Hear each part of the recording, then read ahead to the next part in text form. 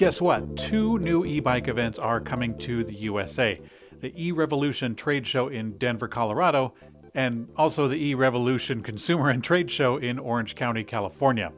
I'm actually super excited for this because, as far as I know, this will be the first electric bike trade show made specifically for electric bikes. Now, I've been to a lot of trade shows in the past, mostly for cycling and cars, and I'm happy to see the e-bikes are big enough to warrant their own show, but there is a catch. On the e-Revolution site, it says up front that the show is, quote, focused solely on pedal assist e-bikes. Now, I'm going to guess that the expo made this choice to align with the cycling industry at large, which is quite reticent to accept throttle-powered electric bikes, which opens up the door to mini bikes, mopeds, and stuff like that. Now, although I don't agree with this restriction for the trade show, I do have to admit that opening up to throttle bikes will also open up to companies who don't play by the rules, and we will discuss that very shortly.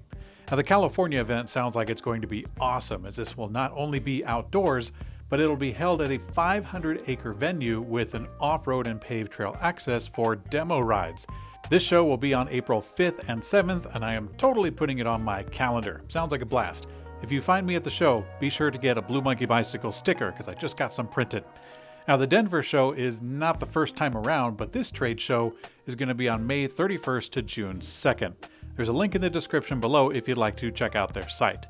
Now, moving on. The Consumer Product Safety Commission is considering putting regulations onto electric bicycles. Bicycle Retailer reports that Commissioner Mary T. Boyle was discussing two things primarily: fire hazards and e-bike classifications. Now, regarding the fire hazards, Underwriters Laboratory already has existing standards for electric mobility devices and electric bikes. But aside from the big brands, it's really anyone's guess who's actually going to follow these or pursue them. I'm going to guess that this commission is going to discuss ways to enforce or reward these standards, but honestly, it's not coming for quite a long time, and I'm even skeptical that it'll do a whole lot anyway. There's already a boatload of requirements that bike companies are supposed to follow, and the small ones, which is a lot of the e-bike world, many of them just don't. Electric bikes with unsafe build quality isn't the kind of company that you want to keep at your fledgling trade show. So there comes that throttle restriction again. Now, moving on to the e-bike classifications, they quote her as saying, "It makes me wonder whether a Class 2 e-bike is a bicycle and what consumers will think of that. Is it a motorbike? Is it a motor vehicle? As a Class 3, I'm also concerned about the 28 mph speed. I worry that it doesn't match what ordinary riders can achieve, especially for older Americans." Now, myself, I don't really agree with the regulation of electric bicycles by speed, nor by input method. There are a lot of electric bike riders who simply cannot ride a bicycle at all without the use of a throttle. It's extraordinarily common. When I worked at a bike shop, people would be on the verge of tears when they rode a throttle-powered bike, as they never thought that they would ride again. For the sake of freedom and mobility, we make cars that are incredibly easy. Why not make electric bikes that are easy? Cars are so easy they're starting to drive themselves to a degree. Now, as a country, are we so cold and uncaring that we're going to implement a law to bar feeble and disabled people from enjoying riding a bicycle with the throttle? Are we so intent on stopping those doggone hoodlums that we neglect the needs of our most cherished citizens? I say no. I say the throttle stays. Now, regarding speed, it's rather strange that the commissioner would say that this is beyond what a regular rider can achieve. Is that really the goal that we need?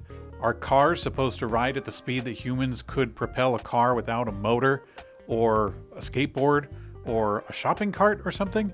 People can't carry that many groceries in their shopping cart. Should they be able to do so again? I really think that's the wrong way to look at it. And another thing regarding speed is that it is perfectly practical, although very illegal, for some 16-year-old kid to go buy a Ferrari or just some busted-up Mustang and race down the neighborhood streets at 100 miles an hour. There is no restriction on the vehicle itself, just on the road and how we enforce that. Now, can we do the same thing for bike trails? Realistically, no. We can't enforce speeds on a bike trail.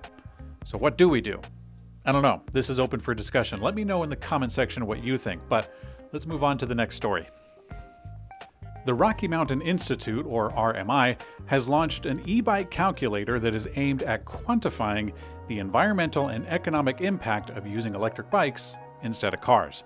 The calculator has custom inputs of budget terms, incentives, how long the program will run, and things like that. The tool is made for policymakers and advocates to have usable data when making decisions and promoting the activity, I hope.